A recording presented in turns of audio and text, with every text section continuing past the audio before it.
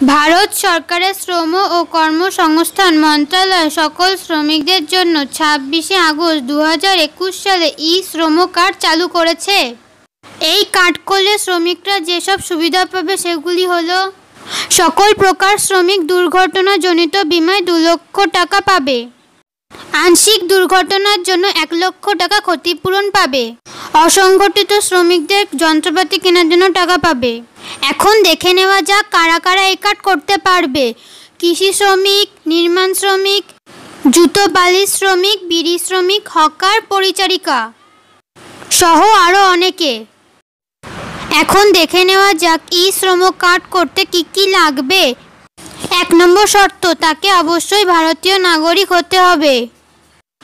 2 voter card, 3 ration card, 4 আধার card, 5 ব্যাংকের বই, 6 ঠিকানার প্রমাণপত্র, 7 জন্মের প্রমাণপত্র, 8 শিক্ষাগত যোগ্যতার প্রমাণপত্র, 9 কর্ম বা কারিগরি দক্ষতার প্রমাণপত্র, 10 মোবাইল নম্বর, 11 আধার কার্ডে অবশ্যই মোবাইল নম্বর লিঙ্ক থাকতে হবে এবং আবেদনকারীর বয়স হতে হবে 16 থেকে 59 বছরের মধ্যে। আবেদন করার পর প্রত্যেক শ্রমিক একটি কার্ড পাবেন, যেটিতে একটি 12 ডিজিটের ইউনিট নাম্বার থাকবে, যেটাকে বলা হবে ইউনিভার্সাল অ্যাকাউন্ট নাম্বার। এই নম্বরের মাধ্যমে আপনি কেন্দ্রের সমস্ত সুযোগ সুবিধা সরাসরি ব্যাংকের অ্যাকাউন্টের মাধ্যমে পেয়ে যাবেন। সমস্ত রকমের অনুসন্ধান ও অভিযোগ জানানোর জন্য একটি টোল ফ্রি নম্বর দেওয়া হয়েছে, সেটি হলো 14434। नमस्कार। 2 दिन पहले की कुछ अद्भुत तस्वीरें, कुछ यादगार पल अब भी मेरी आंखों के सामने हैं। इसलिए इस बार मन की बात की शुरुआत उन्हीं पलों से करते हैं। टोक्यो ओलंपिक्स में भारतीय खिलाड़ियों को तिरंगा लेकर चलते देखकर मैं ही नहीं, पूरा देश रोमांचित हो उठा। पूरे देश ने जैसे एक होकर अपने इन योद्धाओं से कहा, विजय भव, विजयी भव। जब ये खिलाड़ी भारत से गए थे तो मुझे इनसे गपशप करने का, उनके बारे में जानने और देश को बताने का अवसर मिला था। ये खिलाड़ी जीवन की अनेक चुनौतियों को पार करते हुए यहाँ पहुंचे हैं। आज उनके पास आपके प्यार और सपोर्ट की ताकत है। इसलिए आइए मिलकर अपने सभी खिलाड़ियों को अपनी शुभकामनाएं, उनका हौसला बढ़ाएं। सोशल मीडिया पर ओलंपिक खिलाड़ियों के सपोर्ट के लिए हमारा विक्ट्री पंच कैंपेन अब शुरू हो चुका है। आप भी अपनी टीम के साथ अपना विक्ट्री पंच शेयर करिए, इंडिया के लिए चीयर करिए। साथियों, जो देश के लिए तिरंगा उठाता है उसके सम्मान में भावनाओं से भर जाना स्वाभाविक ही है। देशभक्ति की ये भावना हम सबको जोड़ती है। कल यानी 26 जुलाई को करगिल विजय दिवस भी है। करगिल का युद्ध भारत की सेनाओं के शौर्य और संयम का ऐसा प्रतीक है जिसे पूरी दुनिया ने देखा है। इस बार ये गौरवशाली दिवस भी अमृत महोत्सव के बीच में मनाया जाएगा, इसलिए ये और भी खास हो जाता है। मैं चाहूंगा कि आप करगिल की रोमांचित कर देने वाली गाथा जरूर पढ़ें। करगिल के वीरों को हम सब नमन करें। साथियों, इस बार 15 अगस्त को देश अपनी आजादी के 75वें साल में प्रवेश कर रहा है। ये हमारा बहुत बड़ा सौभाग्य है कि जिस आजादी के लिए देश ने सदियों का इंतजार किया, उसके 75 वर्ष होने के हम साक्षी बन रहे हैं। आपको याद होगा, आजादी के 75 साल मनाने के लिए 12 मार्च को बापू के साबरमती आश्रम से अमृत महोत्सव की शुरुआत हुई थी। इसी दिन बापू की दांडी यात्रा को भी पुनर्जीवित किया गया था।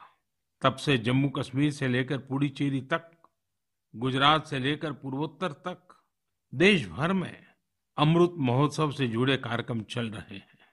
कई ऐसी घटनाएं, ऐसे स्वाधीनता सेनानी जिनका योगदान तो बहुत बड़ा है, लेकिन उतनी चर्चा नहीं हो पाई।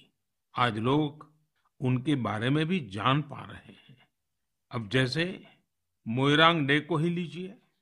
मणिपुर का छोटा सा कस्बा मोइरांग कभी नेताजी सुभाष चंद्र बोस की इंडियन नेशनल आर्मी यानी आईएनए का एक प्रमुख ठिकाना था। यहाँ आजादी के पहले ही आईएनए के कर्नल शौकत मलिक जी ने झंडा फहराया था। अमृत महोत्सव के दौरान 14 अप्रैल को उसी मोइरांग में एक बार फिर तिरंगा फहराया गया। ऐसे कितने ही स्वाधीनता सेनानी और महापुरुष हैं जिन्हें अमृत महोत्सव में देश याद कर रहा है। सरकार और सामाजिक संगठनों की तरफ से भी लगातार इससे जुड़े कार्यक्रम आयोजित किए जा रहे हैं। ऐसा ही एक आयोजन इस बार 15 अगस्त को होने जा रहा है। ये एक प्रयास है राष्ट्रगान से जुड़ा हुआ। सांस्कृतिक मंत्रालय की कोशिश है कि इस दिन ज्यादा से ज्यादा भारतवासी मिलकर राष्ट्रगान गाएं। इसके लिए एक वेबसाइट भी बनाई गई है, राष्ट्रगान.in। इस वेबसाइट की मदद से आप राष्ट्रगान गाकर उसे रिकॉर्ड कर पाएंगे, इस अभियान से जुड़ पाएंगे। मुझे उम्मीद है आप इस अनोखी पहल से जरूर जुड़ेंगे। इसी तरह के बहुत सारे अभियान, बहुत सारे प्रयास आपको आने वाले दिनों में देखने को मिलेंगे। अमृत महोत्सव किसी सरकार का कार्यक्रम नहीं, किसी राजनीतिक दल का कार्यक्रम नहीं, यह कोटि कोटि भारतवासियों का कार्यक्रम है। हर स्वतंत्र और कृतज्ञ भारतीय का अपने स्वतंत्रता सेनानियों को नमन है। और इस महोत्सव की मूल भावना का विस्तार तो बहुत विशाल है। ये भावना है अपने स्वाधीनता सेनानियों के मार्ग पर चलना, उनके सपनों का देश बनाना। जैसे देश की आजादी के मतवाले स्वतंत्रता के लिए एकजुट हो गए थे, वैसे ही हमें देश के विकास के लिए एकजुट होना है। हमें देश के लिए जीना है, देश के लिए काम करना है। और इसमें छोटे छोटे प्रयास भी बड़े नतीजे ला देते हैं। रोज के कामकाज करते हुए भी हम राष्ट्र निर्माण कर सकते हैं।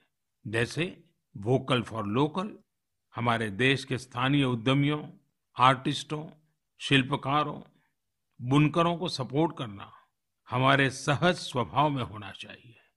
7 अगस्त को आने वाला नेशनल हैंडलूम डे एक ऐसा अवसर है जब हम प्रयास पूर्वक भी ये काम कर सकते हैं। नेशनल हैंडलूम डे के साथ बहुत ऐतिहासिक पृष्ठभूमि जुड़ी हुई है।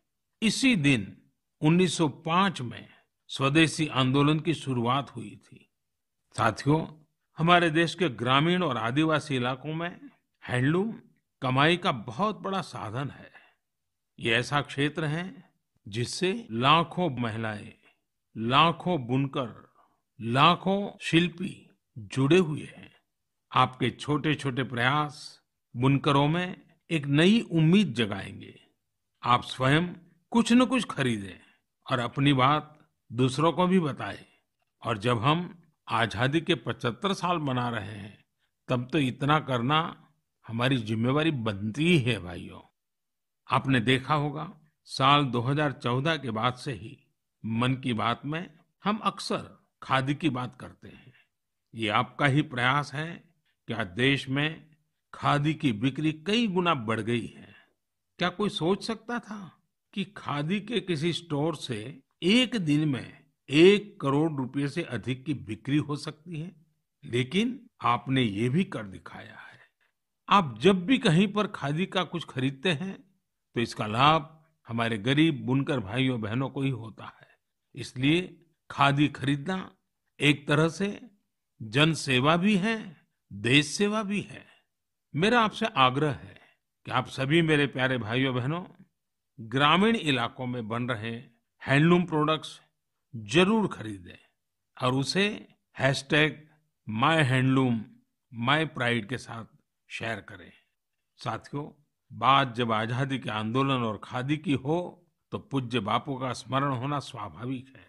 जैसे बापू के नेतृत्व में भारत छोड़ो आंदोलन चला था, वैसे ही आज हर देशवासी को भारत जोड़ो आंदोलन का नेतृत्व करना है। ये हमारा कर्तव्य है कि हम अपना काम ऐसे करें जो विविधताओं से हमारे भारत को जोड़ने में मददगार हो। तो आइए हम अमृत महोत्सव को ये अमृत संकल्प लें कि देश ही हमारी सबसे बड़ी आस्था, सबसे बड़ी प्राथमिकता बना रहेगा।